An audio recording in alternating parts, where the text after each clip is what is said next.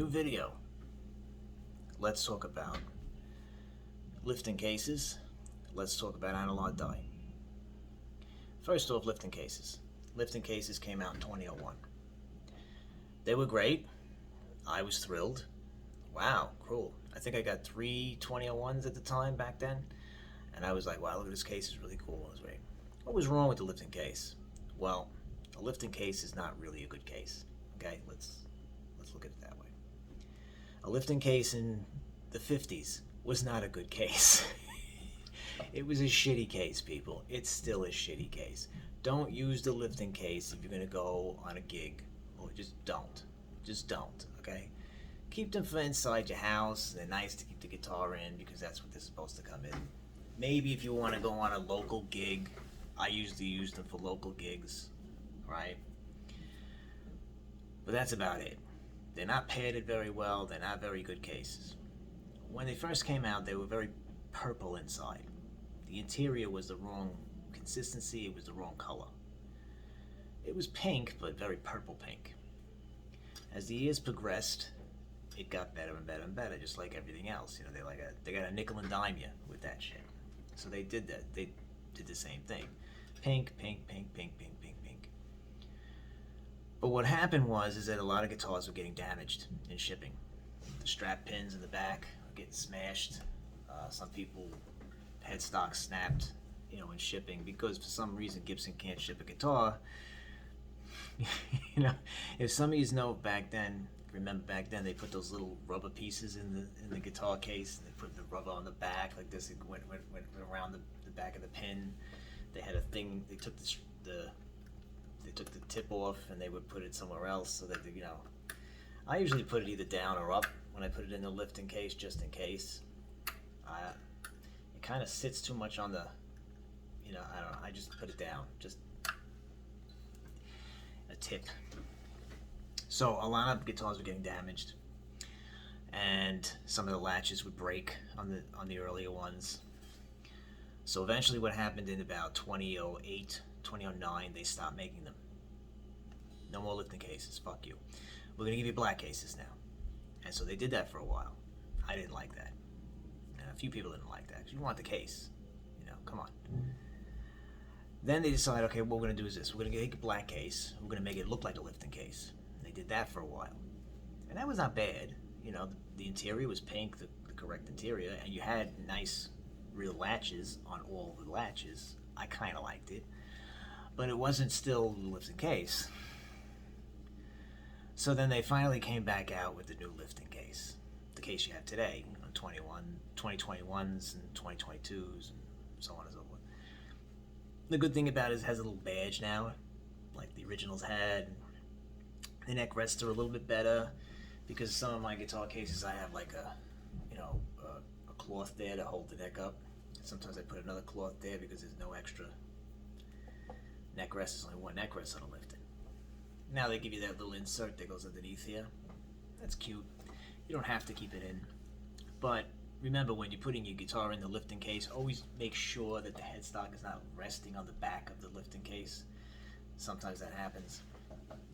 An interesting note, the SG, or the 61 Les Paul. If you ever notice that case, right, and it has a pillow that the guitar sits flat up, right, it has a big pillow in it. I was responsible for that. I actually was. I had ordered a 61 and it didn't fit in the case, and I'm like, what the fuck, And so I went to close the case, and the head and the neck was like, it went down onto the neck when I closed the case. I said, look, my deal is this is not working. This is what the fuck is going on here. He sent it back. They sent the new one back. Same case, same problem. They sent that back. They sent the new one back. And so what I did is I carved out the fucking neck rest and said, look, this is how you fix it. So I carved out the neck rest to show them how to fix it. And when he out the other ear, they sent it back. They finally came up with a new pillow design. They sent it in. What do you think of this, Todd? Does this work? So I put yeah, but it's still kind of stupid now because the fucking vibrola on the... Either way, they kept that case in production, and that's why that case is like that today. Remember, Gibson doesn't make their cases. They're outsourced. And that's why. But that's why you have the Lifton case today. It's pink. It's nice. It looks great. It's not purple inside. They're still shitty cases, people. Don't use them. If you're going to go on the road, get a road case. If you're going to do like a local gig, get a black case. Get a historic black case or some other kind of nicer case just to run around with. You never know. I do use my Lifton cases for local gigs and shit like that. I used to. But I'm very, very, I chain the fucking thing to my wrist. It doesn't go anywhere. You know what I mean? It's even then, it's dangerous. You should always walk with it, with the lid against your body, not the lid outside. It's actually funny that Gibson had paperwork one time, and they showed you the proper way to hold the Lifton case, and it was like with the lid facing you. So back then they knew it. Analog dye. All historics have analog dye. All historics always had analog dye. The bleeding on the back. Let's talk about that. There was a point where Gibson stopped using the formula that's on this guitar for the back, and they used one that didn't bleed. It was around 2010. I have a 2010. Yeah. This is a 2010. This guitar never bled. Doesn't bleed. Do you see the difference between the two of them? You can, right? You can see the grain a little bit more on this. It kind of stands out, a little more translucent. It has a little certain quality to it, a reddish quality to it. Well, they did this for a little while. They did this because people complained about the bleeding. You don't really notice it too much, so I don't really mind it too much. The two guitars are very different in color because this is a Cherry Sunburst and this is a Honeyburst, but still. But the backs, again, this is because people complained about things. The reason why the ABR1 lost its wire in a 2002 and then regained its wire was because people complained. Stop complaining. Their guitars from the 50s is supposed to be the way they are. Not complaining. But again, they did this for a little while and then they went back to the regular analog dye. And then they announced that they made a big change when they really didn't make any change at all. They said, you know what, I don't care if people complain. And as a matter of fact, we're going to extra dye them so they're really fucking dark. Because if you ever notice, they get really dark around the mid-2010s. And it's like, that's really too dark. It's too dark. But they're going to fade out anyway. Backs will fade. Backs will fade very fast. Very, very fast. The tops will not fade. Sorry, people. They won't fade. This is not going to fade. If you put something in UV, anything in UV, it will fade. Even light, fast shit will fade. But it's not going to fade like you think it is. A long time ago, somebody from the forum put their historic in a UV bath for like, I don't know how many fucking months and whatnot. They wanted it to fade. He took it out. Oh, it faded. But it didn't fade right. It looked really odd. It looked like somebody took the tint on the fucking camera and went like way to the fucking left, that kind of thing, and it didn't work. Historic makeovers in Kim. He uses the correct analog dye. The correct analog dye that will actually fade your guitar. As a matter of fact, when Kim does a guitar, he paints it Cherry Sunburst. Cherry Sunburst, as it unfaded, came right out of the factory. And then he fades it to whatever they want. T-burst or whatever the fuck like that. He will fade it out. There's a lot to say for Kim. Kim does a lot of things correctly. But, again, he's a much smaller company and he can do that shit. But if we're going to talk about the analog dye situation, there you go. Alright? Gibson does listen to their complaints and quality control and all this kind of shit, and people always say that Gibson has bad quality control. That's not exactly true. They do listen, and they do, change the guitars and change their practices when they have problems.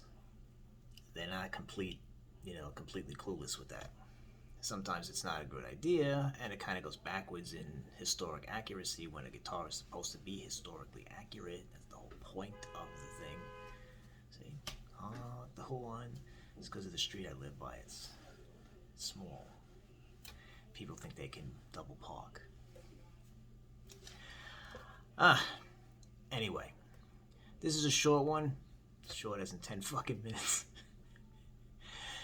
Give me some ideas in the comments. I believe I covered pretty much everything that I can possibly think of that people usually ask for. But if there's other things that remember to look back in the old videos too, because there's a lot of things people are asking me that I did cover in the old videos. But if there's something specific, people ask this all the time. Neck tenons. All historics have long neck tenons. They always had long neck tenons. That never changed. We can go about. I covered true historics. Remember, true historic is nothing different. It was a name change only. Nothing changed on the instrument structurally with true historics. Parts changed. That's the only thing that changed. Nothing else. Murphy Lab. I've had somebody ask this question once before. Murphy Lab is nothing different either. They're not better guitars. The formula for their fucking lacquer did not change. That is a lie. Gibson is not telling the truth on that one. Period. There was one other question that I had. Oh, here. One more thing, and I'll cut this one out. There was a guy. I don't name names to for people, but he was asking me about a guitar, 2003, had Brazilian rosewood. Guy's asking $13,000-$14,000 for it. Look. In 2003, Gibson was using stump wood, and people complained about it. They didn't like the swirliness. I actually liked it. And they said they would never use Brazilian rosewood ever again. So hurry up and grab one now, because we'll never, ever use it ever again in the future. Did they? Yes. Are there 14, 15, 16s with Brazilian rosewood? Yes. Are they actually official ones? Yes, there are official ones with Brazilian rosewood. You know what that means? That means all of the supposedly limited edition Brazilian rosewoods from 2003 are now worthless. That's what that means. When you make something a limited run and then you make it again, that kind of negates the limited run in the first place. So if you have somebody who's going to sell you a 2003 historic Les Paul with a Brazilian rosewood fretboard, and they think they're going to charge you 15, 16 grand, you can go tell them to go screw themselves, because that's just insane. No historic is worth 14 grand. Period. Period. Investments, they are not investments. They're historics. There are millions of these fucking things out there. They've been around for 29 years, for Christ's sake.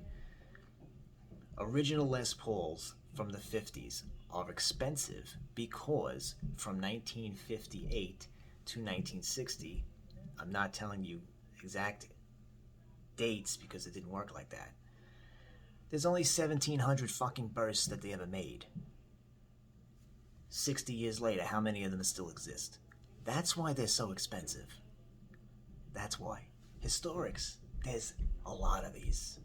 There's plenty of these around. Don't pay extra for Brazilian rosewood. That's really... If you think you're going to be making like $50,000 down the road, you're going to be severely disappointed. It's just not going to work. I have guitars with Brazilian rosewood. I forget they're even there. I don't even remember. I take it out and I play it and I go, oh, you know what? This is Brazilian rosewood. Oh, wow, yeah.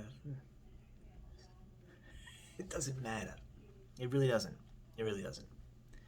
And specifically, 2003, they didn't even put it on the fucking COA. You have to call Gibson to verify whether it has. So, I mean, the funniest thing is that, I mean, I did a video on 2002, 2003, how they, screwed you really bad. At least they could have put it on the COA. You know what I mean?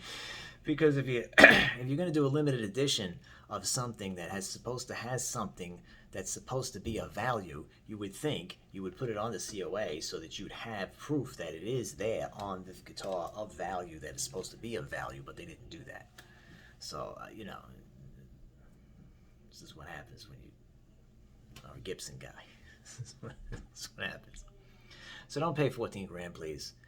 That's just my advice. You know, I'm not gonna force you to do whatever you want to do, but you know, and that was just something that came to mind.